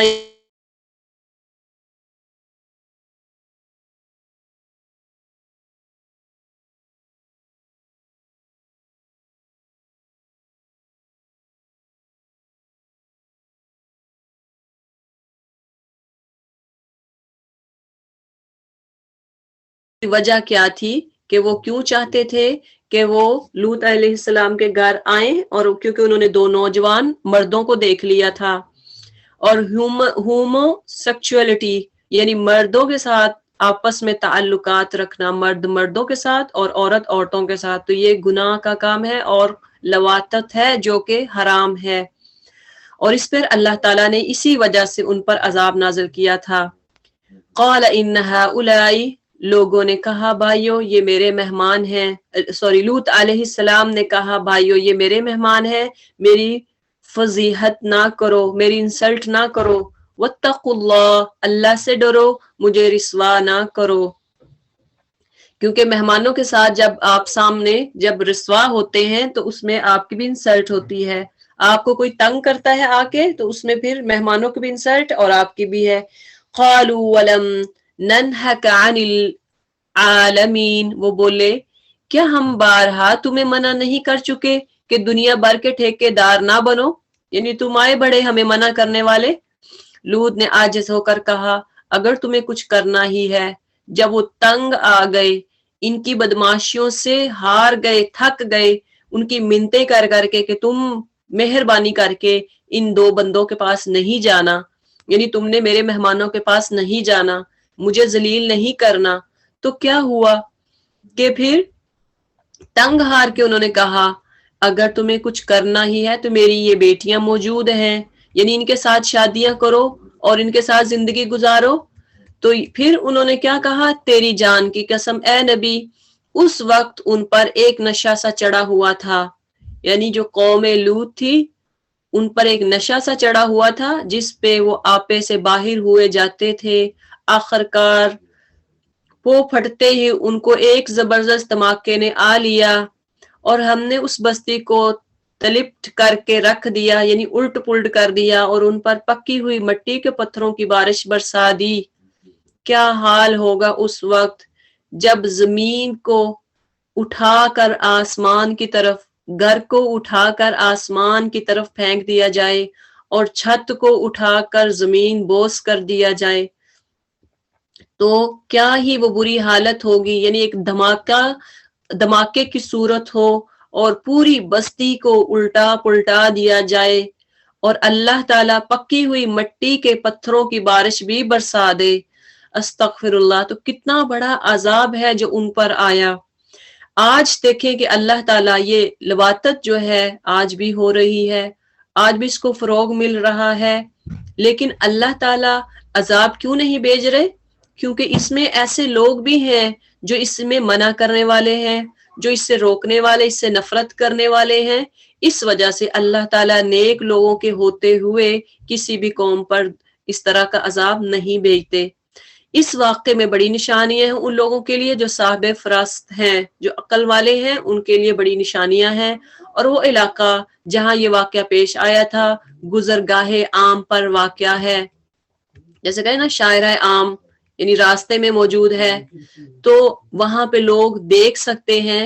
آج بھی اگر کوئی لوگ وہاں پہ سفر کرے حجاز سے شام اور عراق سے مصر، تو یہ تباہ شدہ علاقے راستے میں پڑتے ہیں، اور آج بھی لوگ ان کو دیکھ سکتے ہیں کہ کیسے اللہ نے ان کو نشان عبرت بنایا۔ ان میں سمان عبرت ہے ان لوگوں کے لیے جو صاحب ایمان ہیں اور ایکا والے ظالم تھے۔ ایکا والے کا مطلب کیا ہے؟ حضرت شعیب علیہ السلام کی جو قوم تھی وہ کیا کرتی تھی؟ ناپو تول میں کمی بیشی کرتی تھی۔ یہ واقعہ صرف ایک آیت میں اللہ تعالیٰ نے بتا دیا کہ وہ ان کان اصحاب الایکۃ لظالمون، کبھی اللہ تعالیٰ ڈیٹیل میں بتاتے ہیں۔ آپ نے دیکھا کہ پیچھے آپ نے اس کو ڈیٹیل میں شعیب علیہ السلام کی قوم کا واقعہ ڈیٹیل سے پڑھا، یہاں پہ صرف ایک آیت میں بتایا کہ ان کو بھی یاد کرو نا، کبھی ایسا ہوتا ہے کہ آپ کوئی ایسی سٹوری سنا رہے ہوتے ہیں لیکن ایک آپ پچھلا بھی کوئی واقعہ جو سب کو پتا ہوتا ہے تو آپ وہ بھی اس کا صرف ہنٹ دیتے ہیں تو اگلے بندے کو فوراً کھٹک جاتا ہے ہاں کہ یہ وہ واقعہ ہے. تو یہاں بھی اللہ تعالیٰ عبرت کے لیے چھوٹی چھوٹی آیات کی صورت میں وہ واقعہ کو بتا رہے ہیں کہ ایکا والے شعیب کی قوم وہ بھی ظالم تھے, انہوں نے بھی ظلم کیا تو دیکھ لو کہ ہم نے بھی ان سے انتقام لیا اور ان دونوں قوموں کے اجڑے ہوئے علاقے کھلے راستے میں واقع ہیں. اور ہجر کے لوگ بھی رسولوں کی تکذیب کرتے تھے. ہجر یہ بھی کون سی قوم ہے؟ قوم سمود. اور ہجر کہتے ہیں یہ جیسے سینٹرل سٹی ہوتا ہے, مرکزی شہر, وہ اس کا نام ہجر تھا, اور آج یہ جو سورت ہے اس کا نام بھی کیا ہے؟ ہجر. تو اس کی وجہ سے یعنی اللہ تعالیٰ نے یہ سارے واقعات بتا رہے ہیں تاکہ انسان عبرت حاصل کرے, اور ان کی بستیاں بھی آج موجود ہیں جو کہ انسان وہاں سے گزرے تو دیکھ سکتا ہے کہ ان کے ساتھ کیا حالات پیش آئیں. ہم نے اپنی آیات ان کے پاس بھیجی, انہیں اپنی نشانیاں ان کو دکھائیں, مگر وہ سب کو نظر انداز ہی کرتے رہے. وہ پہاڑ تراش کر مکان بناتے تھے اور اپنی جگہ بالکل بے خوف اور مطمئن تھے. آخر کار ایک زبردست دھماکے نے ان کو صبح ہوتے ہی آ لیا. ان پہ بھی دھماکہ ہوا اور ان کی کمائی ان کے کچھ کام نہ آئی. ان کے بڑے بڑے محل, وہاں کچھ بھی ان کے پیلس بنائے ہوئے کچھ بھی کام نہ آئے. ہم نے زمین اور آسمان کو اور ان کی موجودات کو حق کے سوا کسی اور بنیاد پر خلق نہیں کیا. وما خلقنا السماوات والارض وما بينهما الا بالحق. اللہ نے آسمان, زمین اور اس کے درمیان جو کچھ بھی ہے حق کے ساتھ پیدا کیا ہے. وان الساعة, اور فیصلے کی گھڑی یقیناً آنے والی ہے. فیصلے سے مراد کیا ہے؟ قیامت کی گھڑی. فاصفح الصفح الجمیل, بس اے نبی صلی اللہ علیہ وسلم تم ان لوگوں کی بے ہودگیوں پر شریفانہ درگزر سے کام لو. اگر کوئی بہودہ کام کرتا ہے, کوئی بری بات کرتا ہے, کوئی آپ سے مذاق کرتا ہے تو کیا کرنا ہے؟ درگزر کرنا ہے. فاصفح الصفح الجمیل, یا درگزر یعنی اچھے طریقے سے صبر کرنا ہے, درگزر کرنا ہے, ان کی بے وقوفیوں کو معاف کر دینا ہے. یقیناً تمہارا رب سب کا خالق ہے اور سب کچھ جانتا ہے. ہم نے تم کو 7 ایسی آیتیں دے رکھی ہیں جو بار دہرائی جانے والی ہیں. اب اس سے مراد کیا ہے؟ 7 من المثانی. آپ نے سورہ فاتحہ میں بھی پڑھا کہ 7 مثانی جو ہے یہ سورۃ فاتحہ کا ایک نام ہے, جس کا مطلب ہے 7 آیات جو دہرائی جانے والی ہیں, جو بار بار دہراتے ہیں. اب دیکھیں کہ آپ نماز میں فرض نماز جو ہے, فرض رکعات جو ہیں جب آپ پڑھتے ہیں تو 17 بار دن میں دہراتے ہیں, صرف فرض نماز میں. اور یہ سورت جو ہے سورۃ فاتحہ بار بار ہم دہراتے ہیں نماز میں, اسی لیے اس کو کہا گیا کہ دہرائی جانے والی آیات. اور والقرآن العظیم, اور تمہیں قرآن عظیم بھی عطا کیا. اب یہاں پہ اللہ نے قرآن عظیم الگ کہا اور دہرائی جانے والی آیات یعنی سورۃ فاتحہ کو الگ ذکر کیا. تم اس متاع دنیا کی طرف آنکھ اٹھا کر نہ دیکھو جو ہم نے ان میں سے مختلف قسم کے لوگوں کو دے رکھی ہیں, اور نہ ان کے حال پر اپنا دل کڑواؤ, اور انہیں چھوڑ کر ایمان لانے والوں کی طرف جھکو. ولا تحزن علیہم, یعنی جن کو اللہ نے دنیا میں متاع دیا ہے, دنیا میں جن کو مال و دولت دی ہے, تو آپ ان کی طرف دیکھ کر اپنی یعنی ان کو نہ دیکھیں کہ وہ تو امیر ہیں, میں بات کیسے کروں گی, وہ تو بہت مالدار ہے, میں اس کو کیسے دین کی طرف لے آؤں. نہیں, ان کو بھی آپ دین کی تبلیغ دیں, ان کی دولت سے آپ مانوس نہ ہو, اور ان کے حال پر اپنا دل کڑواؤ, یعنی ولا تحزن علیہم, غم زدہ نہیں ہونا. اگر وہ آپ کی بات نہیں سنتے تو آپ نے غم زدہ نہیں ہونا. واخفض جناحک للمؤمنین, اور انہیں چھوڑ کر ایمان لانے والوں کی طرف جھکنا ہے. اب یہاں سے کیا پتا چلا کہ جو لوگ آپ صلی اللہ علیہ وسلم کو نہیں مانتے تھے, آپ کے دشمن تھے, مشرکین مکہ, باقی جو یہود, اگر آپ نے ان کو تبلیغ کر دی, اب آپ ان کو چھوڑ دیں، ان کو ان کے حال پہ چھوڑ دیں، غم نہیں کریں اور مومنین کی طرف توجہ کریں، ان کی طرف جھکیں، اور نہ ماننے والوں سے کہہ دو کہ میں تو صاف صاف تنبیہ کرنے والا ہوں، ڈرانے والا ہوں، یعنی صاف صاف وارن کرنے والا ہوں۔ یہ اسی کی طرح کی تنبیہ ہے جیسے تو ہم نے ان تفرقہ پردوازوں کی طرف بھیجی تھی جنہوں نے اپنے قرآن کو ٹکڑے ٹکڑے کر ڈالا تھا، یعنی المقتسمین سے مراد فرقہ باز، یعنی وہ یہودی ہیں جن کی طرف قرآن کو بھیجا، جنہوں نے اپنے قرآن کو ٹکڑے ٹکڑے کر ڈالا تھا۔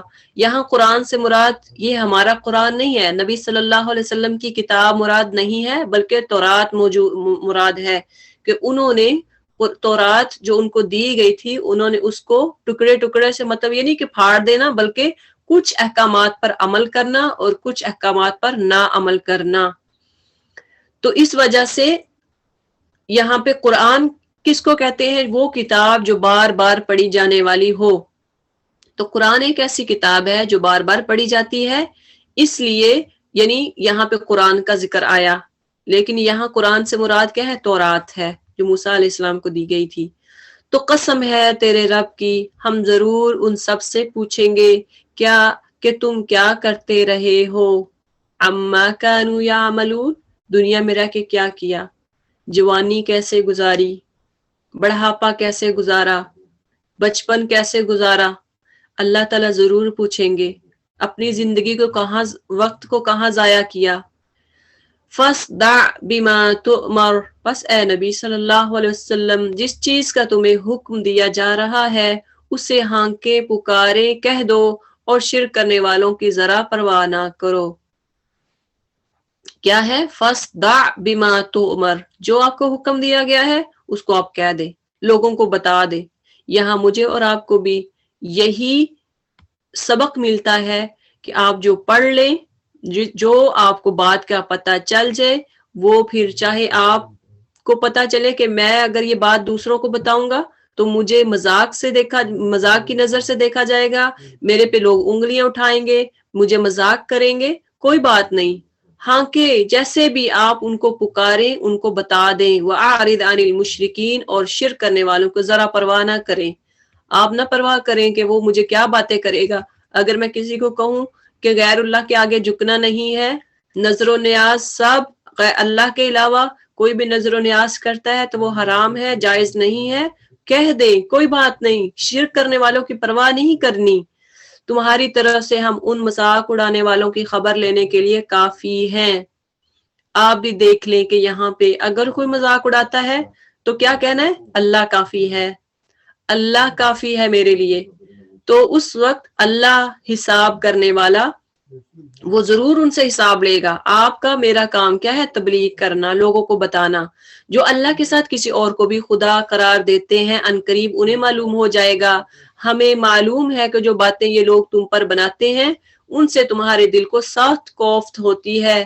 اس کا علاج یہ ہے کہ اپنے رب کی حمد و ثنا، اس کی تسبیح کرو، فسبح بحمد ربک وکن من الساجدین، اور اس کی جناب میں سجدہ بجا لاؤ۔ کیا پتا چلا کہ اگر آپ کو کوئی تنگ کرے، آپ کو کوئی آپ کی بات نہ سنے، مذاق اڑائے، تو پھر کیا کرنا ہے؟ فسبح بحمد ربک، اللہ کی تسبیحات بیان کرنی ہے، ان کو نظر انداز کرنا ہے، عفو سے کام لینا ہے، اور وَقُم مِّنَ السَّاجِدِينَ، اور اللہ کی حمد و تسبیح کے ساتھ ساتھ اللہ کے آگے سجدہ ریز ہونا ہے، اللہ سے مدد مانگنی ہے۔ وَاعْبُدْ رَبَّكَ، اور آخری گھڑی تک اپنے رب کی بندگی کرتے رہو جس کا آنا یقینی ہے۔ وَاعْبُدْ رَبَّكَ حَتَّى يَأْتِيَكَ الْيَقِينُ، یعنی اس آخری گھڑی تک اپنے رب کی بندگی کرتے رہو۔ مطلب کیا ہے؟ بڑھاپے کی عبادت، جوانی کی عبادت تو اللہ تعالیٰ نے فرمایا کہ جو جوانی میں عبادت کرتا ہے، جوانی میں اللہ کے ساتھ اللہ کی عبادت کرتا ہے اور ساتھ تبلیغ کرتا ہے، دین کو آگے پھیلاتا ہے، تو وہ بغیر حساب کے، یعنی وہ قیامت والے دن ایک سایہ ہوگا، اس سائے کے نیچے ہوں گے، بغیر حساب کے جنت میں داخل ہوں گے۔ لیکن یہاں پہ کیا فرمایا؟ بڑھاپے کی عبادت، آخری گھڑی تک اپنے رب کو یاد کرنا ہے. یہ نہیں ہے کہ ایک آج میں نے نماز پڑھی، آج پابندی کی، تو جب ایسی عمر آئی جب بڑھاپے کی ہو تو کہا کہ چلو میں نے زندگی میں بہت عبادت کر لی، اب مجھے اس کی ضرورت نہیں ہے.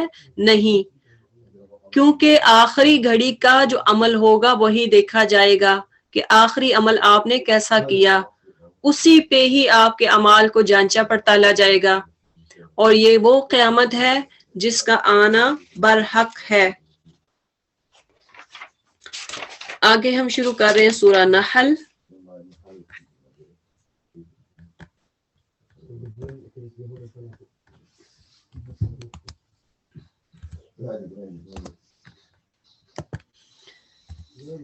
بسم اللہ الرحمن الرحیم.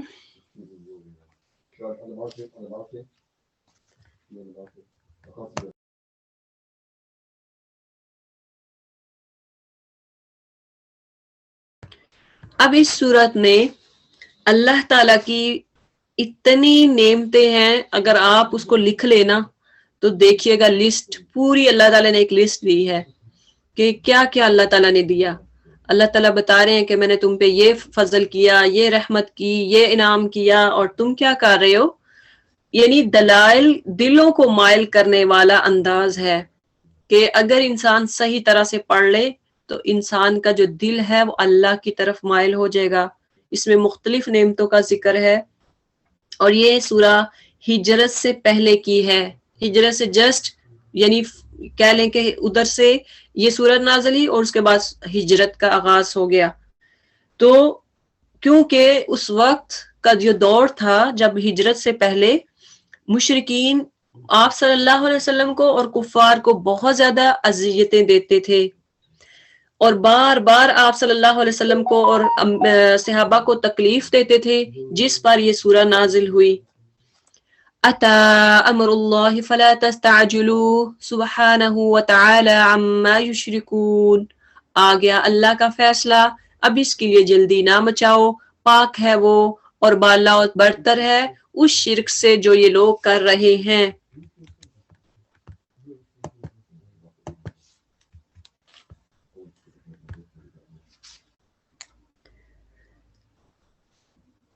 وہ اس روح کو اپنے جس بندے پر چاہتا ہے اپنے حکم سے ملائکہ کے ذریعے نازل فرما دیتا ہے اس کتاب کے ساتھ کہ لوگوں کو آگاہ کر دو میرے سوا تمہارا کوئی معبود نہیں ہے، میرے سوا تمہارا کوئی معبود نہیں ہے، لہذا تم مجھ ہی سے ڈرو. اللہ تعالیٰ کیا فرما رہے؟ انہو لا الہ الا، کوئی اور معبود نہیں ہے، الا انا، ہاں صرف میرے سے ہی ڈرنا ہے، میں ہی الہ ہوں، صرف میرے سے ڈرو. تو اللہ سے ڈرنے کا حق اللہ زیادہ مستحق ہے کہ ہم بجائے لوگوں کے سے ڈریں اللہ سے ڈرا جائے. وہ اللہ کون ہے، وہ ہستی کون ہے؟ خلق السماوات والارض بالحق، اس نے آسمانوں زمین کو برحق پیدا کیا، وہ بہت بالا و برتر ہے اس شرک سے جو یہ لوگ کرتے ہیں. اس نے انسان کو ایک ذرا سی بوند سے پیدا کیا اور دیکھتے دیکھتے صریحاً وہ ایک جگڑالو ہستی بن گیا. اب ساتھ ہی آسمانوں زمینوں کے پیدائش کے بعد اللہ تعالیٰ کیا فرما رہے ہیں کہ پھر انسان کو پیدا کیا ایک پانی کی بوند سے. اب یہاں سے مراد جو دنیاوی میں یہاں پہ جو یعنی پیدائش ہے، حضرت آدم علیہ السلام کی پیدائش کے بعد کی بات ہو رہی ہے کہ ایک پانی کے بوند سے، مرد اور عورت کے ملنے سے، ان کے تعلق قائم ہونے سے اللہ تعالیٰ ایک پانی کی بوند سے ایک قطرے سے انسان کو پیدا فرمایا، اور دیکھتے دیکھتے صریحاً یعنی جب وہ بڑا ہوتا ہے تو پھر اپنی ہی جوانی میں مست ہو جاتا ہے اور خود ہی کا طغیان اس کے اندر سما جاتا ہے اور وہ جھگڑالو ہو جاتا ہے، زمین میں فساد کرتا ہے، اللہ کے ساتھ شرک کرنا شروع ہو جاتا ہے. والانعام خلقها، ساری نعمتیں اللہ تعالیٰ بتا رہے ہیں اس نے جانور پیدا کیے جن میں تمہارے لیے پوشاک بھی ہے اور خوراک بھی. کیا مطلب ہے پوشاک؟ یعنی وہ چمڑا، جانوروں کی کھال سے، چمڑے سے آپ جو لباس پہنتے ہو. آج دیکھیں برانڈڈ پرس، برانڈڈ شالز، یہ ساری چیزیں کیا ہے؟ جیکٹس، یہ ساری چیزیں آپ کو کس نے دی ہیں؟ اللہ نے تو ہی دی ہیں. اللہ نے جانور پیدا کیے ہیں تو اسی سے تو آپ یہ سارا کچھ لے رہے ہیں، فائدے اٹھا رہے ہیں، اور خوراک بھی جانوروں سے خوراک بھی لیتے ہو اور طرح طرح کے دوسرے فائدے بھی. ان میں تمہارے لیے جمال ہے جبکہ صبح تم انہیں چرنے کے لیے بیچتے ہو اور جبکہ شام انہیں واپس لاتے ہو. جانوروں کا ذکر آ رہا ہے کہ کیسے تم ایک تو ان کا گوشت کھاتے ہو، فائدہ بھی اٹھاتے ہو اور پھر چمڑا بھی حاصل کرتے ہو، اس سے اپنے کپڑے لباس بناتے ہو، اور اس کے بعد اس میں جب تم چرنے کے لیے ان کو بھیجتے ہو تو کتنے آپ کو اچھے لگتے ہیں جب وہ جا رہے ہوتے ہیں لائن با لائن، یعنی قطار با قطار، تو آپ کو وہ کتنے اچھے لگتے ہیں، آپ کے دل کو وہ لبھاتے ہیں، خوش کرتے ہیں. اور جب کہ شام انہیں واپس لاتے ہو، جب وہ سیر ہو کے واپس آتے ہیں، اپنا پیٹ بھر کے واپس آتے ہیں، تو پھر آپ ان کو دیکھتے ہو. وہ خوبصورتی ہے، یعنی جمال ہے تمہارے لیے. وہ تمہارے لیے بوجھ ڈھو کر ایسے مقامات تک لے جاتے ہیں، یعنی بوجھ اٹھاتے ہیں. آپ کا جو لگیج کہہ لیں، سامان کہہ لیں، وہ ایک جگہ سے دوسری جگہ تک پہنچاتے ہیں جہاں تم سخت جان فشانی کے بغیر نہیں پہنچ سکتے. حقیقت یہ ہے کہ تمہارا رب بڑا ہی شفیق اور مہربان ہے. آج اس سے مراد آپ یہ بھی لگا سکتے ہیں کہ جیسے کشتیاں ہیں، جہاز ہیں وغیرہ، تو یہ کس نے بنائے ہیں؟ جانور، جہاز، کشتیاں، یہ عقل اللہ نے دی، اور اسی سے ہی اگر اللہ چاہے تو اتنے بڑے بڑے جہاز جو اتنا سامان لے کر کئی ٹن سامان لے کر جو سفر کرتے ہیں، ہوا میں چلتے ہیں، تو کیا یہ اللہ کی مرضی کے خلاف ہو سکتا ہے؟ اللہ کی مرضی کے بغیر جا سکتے ہیں؟ نہیں. اللہ جس کو چاہے، یہ اللہ ہی تو ہے جو سب کچھ چلا رہا ہے.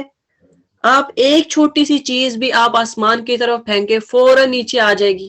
تو وہ جہاز جو اتنے بڑے سامان منو ٹن جو سامان لے کر چلتے ہیں، انسانوں کو لے کر چلتے ہیں، تو یہ کون چلا رہا ہے؟ اللہ ہے.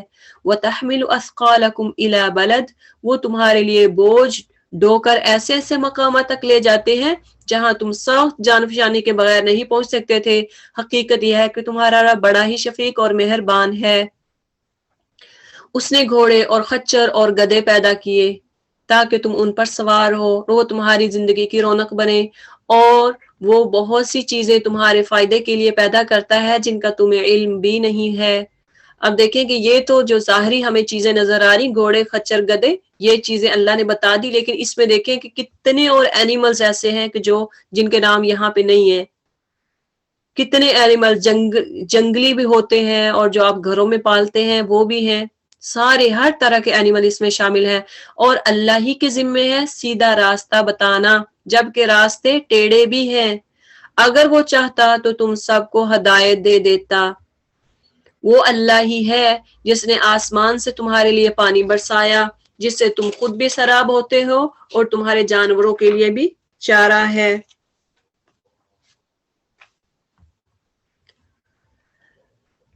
اور وہ اس پانی کے ذریعے سے کھیتیاں اگاتا ہے اور زیتون اور کھجور اور انگور اور طرح طرح کے دوسرے پھل بھی پیدا کرتا ہے. اب اللہ تعالیٰ نے یہاں کچھ پھلوں کے نام لے لیے، لیکن ایسے پھل کہ جو انسان دنگ رہ جاتا ہے، جن کا ٹیسٹ الگ الگ ہے، شکلیں الگ الگ ہیں. تو اللہ تعالیٰ کی یہ کیا ہے؟ ساری تو نشانیاں ہیں اللہ کی. ان فی ذلک لآیۃ لقوم یتفکرون، اس میں ایک بڑی نشانی ہے ان لوگوں کے لیے جو غور و فکر کرتے ہیں. جو غور و فکر کرتے ہیں ان کے لیے نشانی ہے، جو غور و فکر نہیں کرتے تو ان کے لیے تو کچھ بھی نہیں. اس نے تمہاری بھلائی کے لیے رات اور دن کو اور سورج اور چاند کو مسخر کر دیا.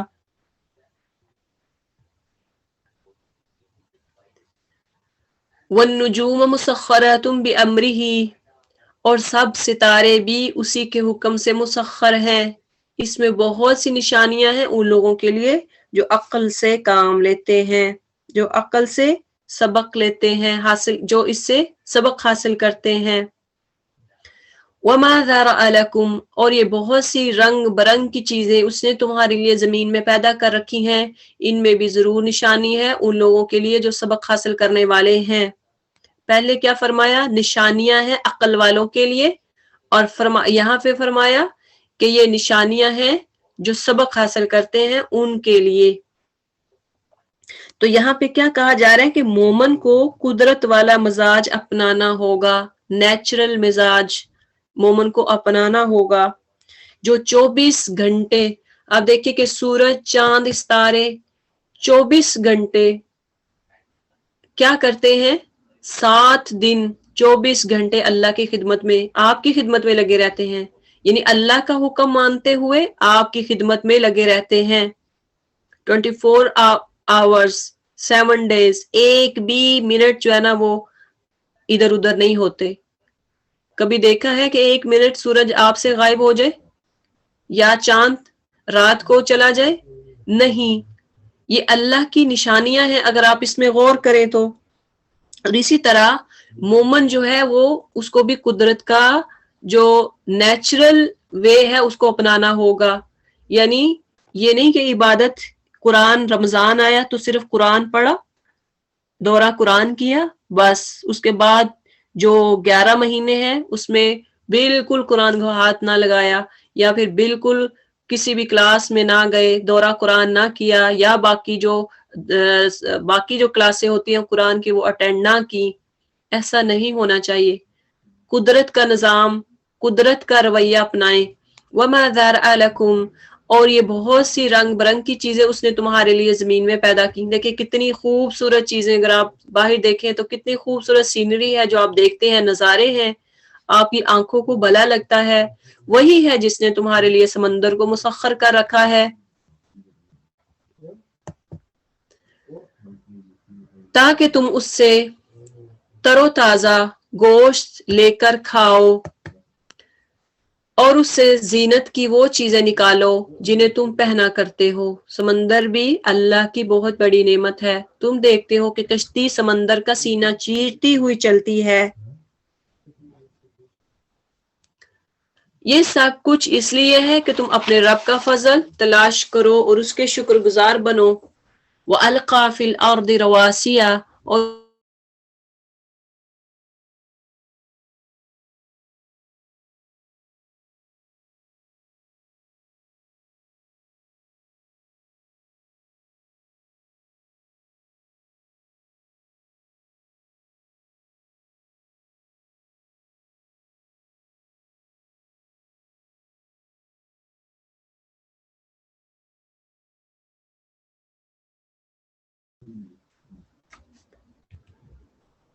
پھر کیا وہ جو پیدا کرتا ہے اور جو کچھ بھی پیدا نہیں کرتے دونوں یکساں ہیں؟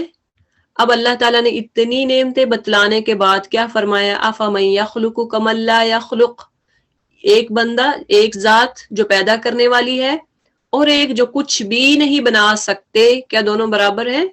کیا تم ہوش میں نہیں آتے؟ أَفَلَا تَذَكَّرُونَ، یعنی ایک طرف تو اللہ کی ذات ہے جس نے اتنا کچھ بنایا، جانور، زمین، آسمان، چرند پرند، آپ کی آنکھوں کے لیے خوبصورت نظارے، پہننے کے لیے لباس، کھانے کے لیے پھل، سبزیاں، یہ سب کچھ اللہ نے اگایا، ایک وہ ذات ہے۔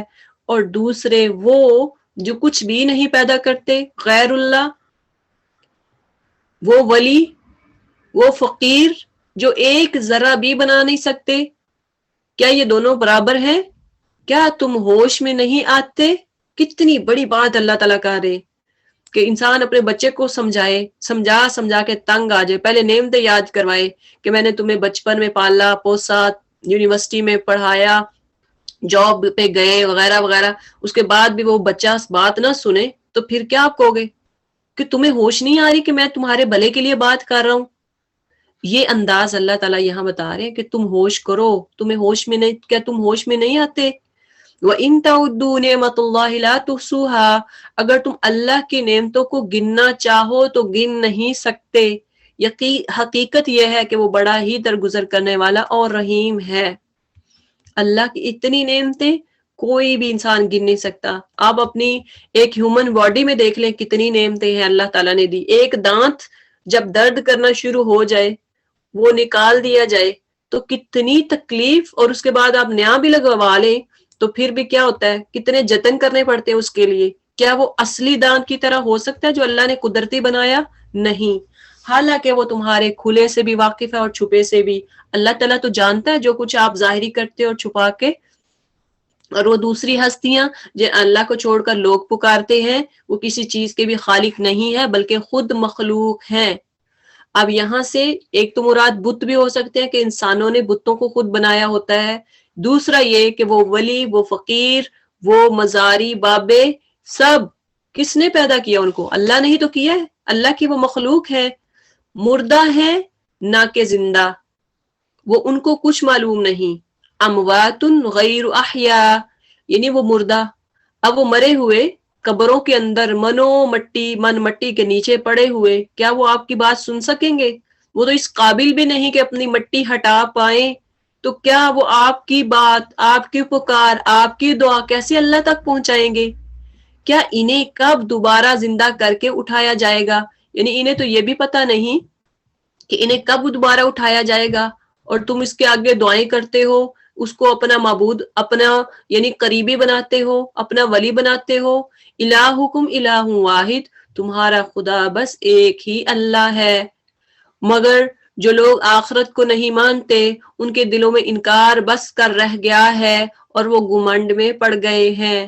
ایسے لوگوں کو جتنا بھی کہہ لیں، جو غیر اللہ کی عبادت کرنے والے ہیں، جو قبروں کے پجاری ہیں، جتنا بھی کہہ لیں کہ آپ شرک نہیں کرو، اللہ ایک ہے، وہ کہیں گے یہ تو ہمارا سبب ہے، یعنی ہم اس کی عبادت تھوڑا کرتے ہیں، ہم تو ان سے کہتے ہیں کہ ہماری دعا، یعنی ان کے جا کے وہ سر بھی جھکائیں گے، بوسہ بھی کریں گے، کہیں گے یہ تو ایک اللہ کے ولی ہے، اور یہ آگے جو ہے اللہ کے ساتھ ان کا تعلق زیادہ مضبوط ہوتا ہے، اس لیے ہم ان سے دعا کرواتے ہیں، اس لیے ہم دعاؤں کا کہتے ہیں۔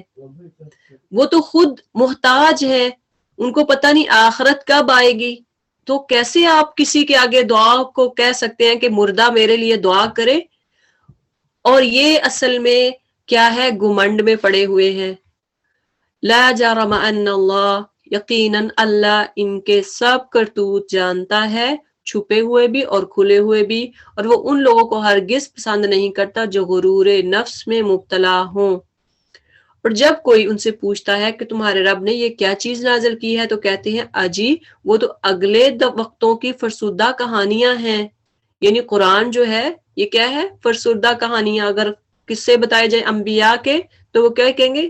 لو یہ تو اولڈ سٹوریز ہیں، ایسے ہی ان کا تو اب کوئی عمل کا تک ہی نہیں بنتا۔ قرآن بھی کہہ لے، نبی صلی اللہ علیہ وسلم کی دعوت کا چرچا جب اطراف و اکناف میں پھیلا تو مکہ کے لوگ جہاں کہیں جاتے تھے ان سے پوچھا جاتا تھا کہ تمہارے ہاں جو صاحب نبی بن کر اٹھے ہیں وہ کیا تعلیم دیتے ہیں؟ قرآن کس چیز کی کتاب ہے؟ اس کے مضامین کیا ہیں؟ تو اس کے سوالات کا جواب کفار مکہ ہمیشہ ایسے الفاظ میں دیتے تھے جن سے سائل کے دل میں نبی صلی اللہ علیہ وسلم اور آپ کی لائی ہوئی کتاب کے متعلق کوئی نہ کوئی شک بیٹھ جاتا تھا۔ آج بھی دیکھ لیں وہ کیا کہیں گے کہ یہ تو قرآن کوئی عمل کی چیز تو نہیں ہے، کیونکہ یہ تو آج سے اتنے سال پہلے کا ہے، تو اس لیے کیسے ہم عمل کریں اس پہ؟ تو یہ ایسی کتاب ہے جو رہتی دنیا تک جس پر عمل کرنا ہوگا، اور آج سائنس بھی ثابت کر رہی ہے ایک ایک چیز کے بارے میں کہ وہ ہمارے جو بھی چیز وہ یعنی سائنس ثابت کر رہی ہے کہ وہ صحیح ہے۔ قرآن میں ہر چیز ہم آخر تک عمل کر سکتے ہیں۔ یہ وہ باتیں اس لیے کرتے ہیں کہ قیامت کے روز اپنے بوجھ بھی پورے اٹھائیں اور ساتھ ساتھ کچھ ان لوگوں کے بوجھ بھی سمیٹیں جنہیں یہ برتانے جہالت گمراہ کر رہے ہیں۔ دیکھو کیسی سخت ذمہ داری ہے جو یہ اپنے سر پہ لیے ہیں۔ قد مکر الذین من قبلہم، اس سے پہلے بھی بہت سے لوگ حق کو نیچا دکھانے کے لیے ایسی مکاریاں کر چکے ہیں۔ تو دیکھ لو اللہ تعالیٰ نے ان کے مکر کی عمارت جڑ سے اکھاڑ پھینکی اور اس کی چھت اوپر سے اس کے سر پر آ رہی ہے، اور ایسے رخ سے ان پر عذاب آیا جدھر سے ان کے آنے کا ان کو گمان تک نہ تھا۔ پھر قیامت کے روز اللہ انہیں ذلیل و خوار کرے گا اور ان سے پوچھے گا بتاؤ اب کہاں ہیں میرے وہ شریک جن کے لیے تم اہل حق سے جھگڑا کیا کرتے تھے؟ جن لوگوں کو دنیا میں علم حاصل تھا وہ کہیں گے آج رسوائی اور بدبختی ہے کافروں کے لیے۔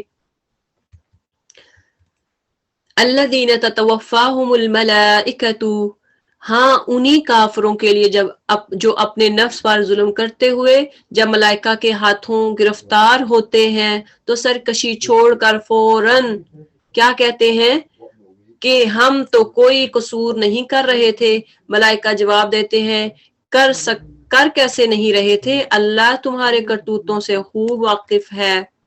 اب جاؤ جہنم کے دروازوں میں گھس جاؤ، وہیں تم کو ہمیشہ رہنا ہے. فَادْخُلُوا أَبْوَابَ جہنم، ہم نے پیچھے پڑھا کہ 7 دروازے جہنم کے، تو یہاں پہ کیا ہے کہ داخل ہو جو جہنم کے دروازوں میں. اس کا مطلب ابواب جو نا جمع کا صیغہ ہے، بابن ہوتا ہے ایک دروازہ، ابواب یہ جمع کے لیے ہے، تو اس کا مطلب کہ زیادہ جہنم کے بھی زیادہ دروازے ہوں گے. تم کو ہمیشہ رہنا ہے. پس حقیقت یہی ہے کہ بڑا ہی برا ٹھکانہ ہے متکبروں کے لیے. دوسری طرف جب خدا ترس لوگوں سے پوچھا جاتا ہے کہ یہ کیا چیز ہے جو تمہارے رب کی طرف سے نازل ہوئی ہے، تو وہ جواب دیتے ہیں کہ بہترین چیز اتری ہے، یعنی قرآن جو ہے یہ بہترین کتاب ہے. اس طرح کے نیکوکار لوگوں کے لیے اس دنیا میں بھی بھلائی ہے اور آخرت کا گھر تو ضرور ہی ان کے حق میں بہتر ہے. تو جو قرآن پہ عمل کرتے ہیں ان کے لیے دنیا میں بھی بھلائی ہے اور آخرت میں بھی بھلائی ہے. اللہ تعالیٰ اس کا بدلہ جنت کی صورت میں دیں گے. وَلَنِعْمَ دَارُ الْمُتَّقِينَ، اور کتنا ہی اچھا بڑا اچھا گھر ہے کس کے لیے؟ متقین کے لیے، جو اللہ سے ڈرنے والے ہیں. جنات عدن يدخلونها تجری من تحتها الانہار، دائمی قائم کی جنت، دائمی قیام کی جنت یعنی ہمیشگی کی جنتیں جن میں وہ داخل ہوں گے. نیچے نہریں بہ رہی ہوں گی اور سب کچھ وہاں عین ان کی خواہش کے مطابق ہوگا. یہ جزا دیتا ہے اللہ متقیوں کو. کل کے پرسوں میں ایک کلپ دیکھ رہی تھی، اس میں وہ کسی نے اسٹیٹس لگایا ہوا تھا کہ ایک بچہ سوال پوچھتا ہے کسی عالم سے کہ دنیا میں تو ہم 10 منٹ بھی انٹرنیٹ کے بغیر نہیں رہ سکتے، تو کیا آخرت میں جنت میں اللہ تعالیٰ ہمیں انٹرنیٹ دے گا؟ تو کتنی عجیب بات ہے، یعنی اللہ تعالیٰ وہ کچھ دے گا، لَهُمْ فِيهَا مَا يَشَاءُونَ، وہاں تو نیٹ کی ضرورت ہی نہیں ہوگی، وہاں تو اتنی سہولتیں ہوں گی، اتنی عیش کرنے کی چیزیں ہوں گی کہ ان کی خواہش کے مطابق ہوگا، ہر چیز ان کی خواہش کے مطابق ہوگا، جو وہ چاہیں گے وہ ان کو مل جائے گا. کذالک یجزی اللہ المتقین، یہ جزا دیتا ہے اللہ تعالیٰ متقیوں کو، ان متقیوں کو جن کی روحیں پاکیزگی کی حالت میں جب ملائکہ قبض کرتے ہیں تو کہتے ہیں سلام ہو تم پر، جاؤ جنت میں اپنے اعمال کے بدلے. سلام علیکم، فرشتے کیا کہیں گے، کیا کہتے ہیں جب ان کی روح قبض کرتے ہیں کہ تم پر سلامتی ہو. پاکیزہ روح،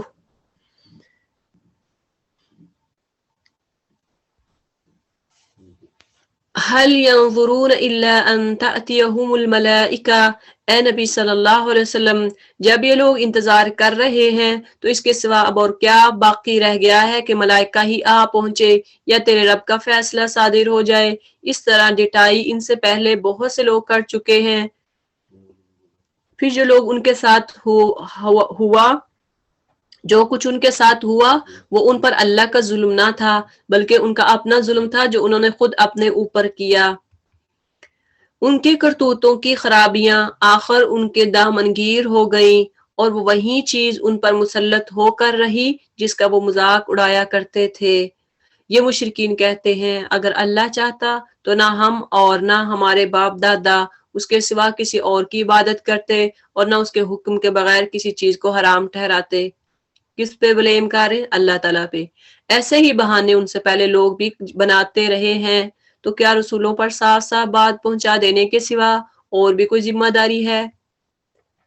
ہم نے ہر امت پہ ایک رسول بھیج دیا اور اس کے ذریعے سے سب کو خبردار کر دیا کہ اللہ کی بندگی کرو اور طاغوت کی بندگی سے بچو، یعنی شیطان کی اطاعت سے اس کی بندگی سے بچو. اس کے بعد ان میں سے کسی کو اللہ نے ہدایت بخشی اور کسی پر ضلالت مسلط ہو گئی. پھر ذرا زمین میں چل پھر کر دیکھ لو کہ جھٹلانے والوں کا انجام کیا ہو چکا ہے. ان تحرص علی ہداہم، اے نبی تم چاہے ان کی ہدایت کے لیے کتنے ہی حریص ہو، مگر جب اللہ جس کو بھٹکا دیتا ہے پھر اسے ہدایت نہیں دیا کرتا، اور اسی طرح کے لوگوں کی مدد کوئی نہیں کر سکتا۔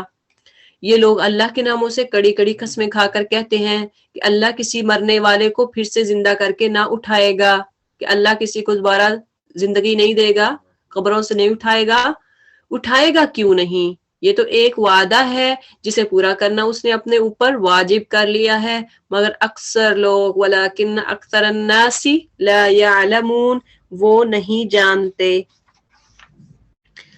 اور ایسا ہونا اس لیے ضروری ہے کہ اللہ ان کے سامنے اسے حقیقت کو کھول دے جس کے بارے میں اختلاف کر رہے ہیں، اور منکرین حق کو معلوم ہو جائے کہ وہ جھوٹے تھے۔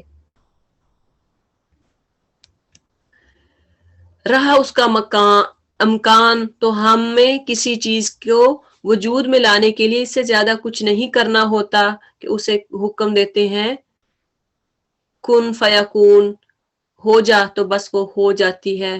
یعنی اللہ کے آگے تو کوئی چیز مشکل نہیں ہے، اللہ تو صرف کیا کہتا ہے کن، تو وہ چیز بن جاتی ہے۔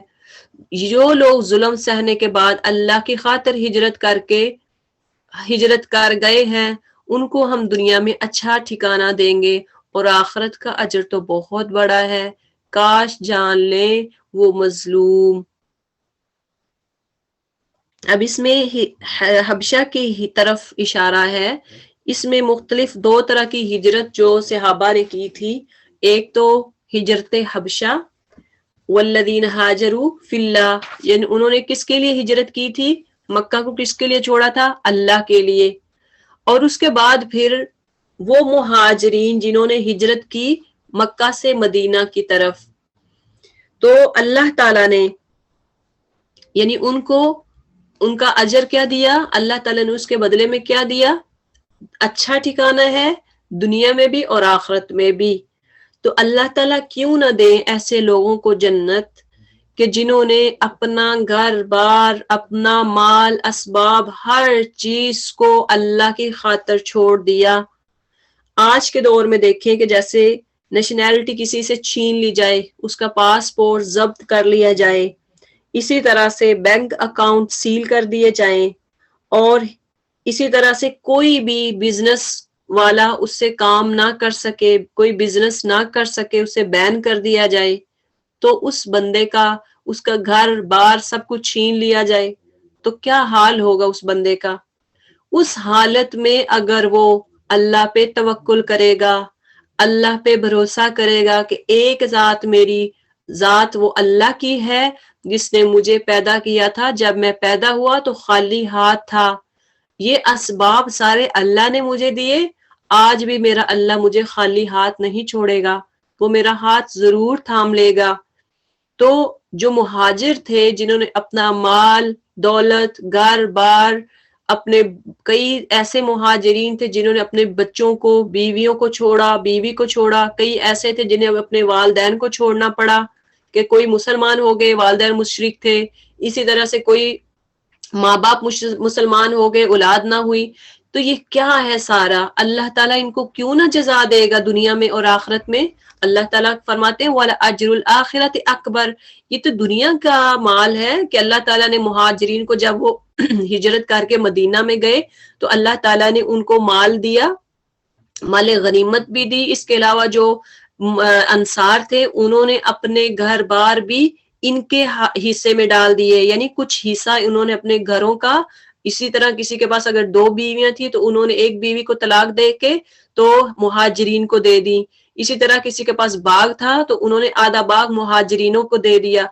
اس طرح انہوں نے دنیا میں بھی اجر ہے، دنیا میں بھی اللہ تعالیٰ نے ان کو ترقی دی، اور آخرت میں تو اکبر، بہت بڑا اجر ہوگا۔ لو کانوا یعلمون، کاش جان لے وہ مظلوم، یعنی جن پر ظلم کیا گیا ہے، جنہوں نے صبر کیا ہے، الذین صبروا وعلی ربہم یتوکلون، جنہوں نے صبر کیا اور اپنے رب کے بھروسے پر کام کر رہے ہیں، کہ کیسا اچھا انجام ان کا منتظر ہے۔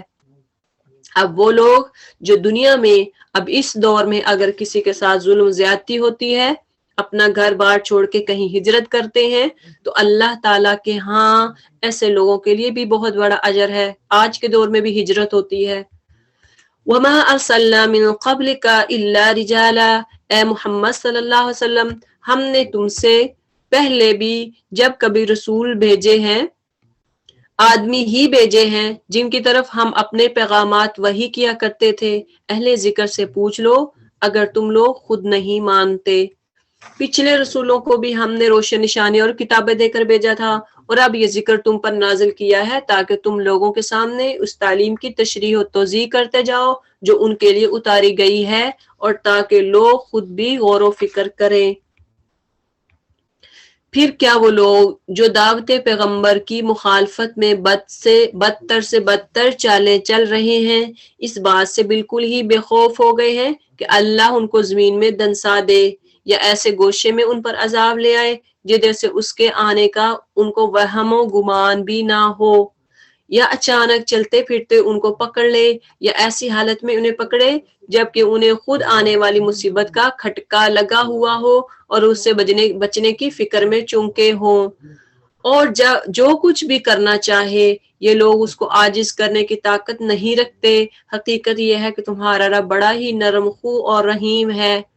اگر ایک بندہ کہے کہ میں گناہ کروں گا تو مجھے کیا، اللہ کو کیا ہے، یا پھر میں فلاں کام کرتا ہوں میں اللہ کو تھکا دوں گا، اللہ کو عاجز کر دوں گا، نہیں، آپ کی کوئی نیکی اللہ کے کسی کام نہیں آئے گی، اللہ کو اس سے کوئی فرق نہیں پڑتا۔ آپ اگر کوئی گناہ کرتے ہیں اللہ کو کوئی فرق نہیں پڑتا، جو بھی انسان کرتا ہے وہ اپنے لیے کرتا ہے۔ ہاں کوئی گناہ کر کے اللہ کی طرف پلٹ آتا ہے، اللہ رؤوف رحیم ہے، اللہ رؤوف یعنی بڑا نرم دل ہے، نرم خو ہے اور رحیم ہے۔ اور کیا یہ لوگ اللہ کی پیدا کی ہوئی کسی چیز کو بھی نہیں دیکھتے کہ اس کا سایہ کس طرح اللہ کے حضور سجدہ کرتے ہوئے دائیں اور بائیں گرتا ہے، اور سب کے سب اس طرح اظہار عجز کر رہے ہیں۔ زمین اور آسمان میں جس قدر جاندار مخلوقات ہیں اور جتنے ملائکہ ہیں سب اللہ کے آگے سربت سجود ہیں۔ زمین اور آسمانوں میں جس قدر جاندار مخلوقات ہیں اور جتنے ملائکہ ہیں سب اللہ کے آگے سر بسجود ہیں، وہ ہرگز سرکشی نہیں کرتے۔ یخافون ربهم من فوقهم، اپنے رب سے جو ان کے اوپر ہے ڈرتے ہیں، جو کچھ حکم دیا جاتا ہے اسی کے مطابق کام کرتے ہیں۔ وقال اللہ لا تتخذوا، اللہ کا فرمان ہے کہ دو خدا نہ بنا لو، خدا تو بس ایک ہی ہے، لہٰذا تم مجھ ہی سے ڈرو۔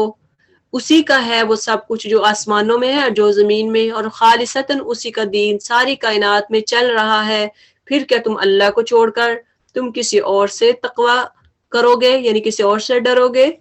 تم کو جو نعمت بھی حاصل ہے اللہ ہی کی طرف سے ہے۔ پھر جب کوئی سخت وقت تم پر آتا ہے تو تم لوگ خود اپنی فریادیں لے کر اسی کی طرف دوڑتے ہو، لیکن جب اللہ اس وقت کو ٹال دیتا ہے تو یکایک تم میں سے ایک گروہ اپنے رب کے ساتھ دوسروں کو اس مہربانی کے شکریہ میں شریک کرنے لگتا ہے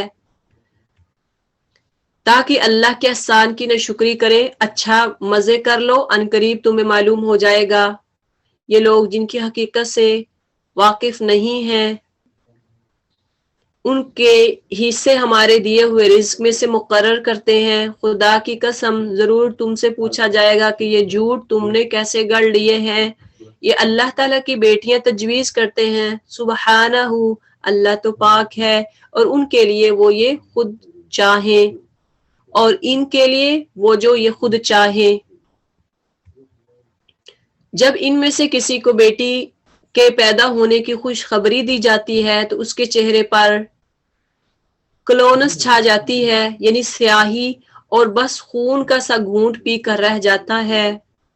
لوگوں سے پوچھتا پھرتا ہے کہ اس بری خبر کے بعد کیا کسی کو منہ دکھائے، سوچتا ہے کہ ذلت کے ساتھ بیٹی کو لے رہے یا مٹی میں دبا دے۔ دیکھو کیسے برے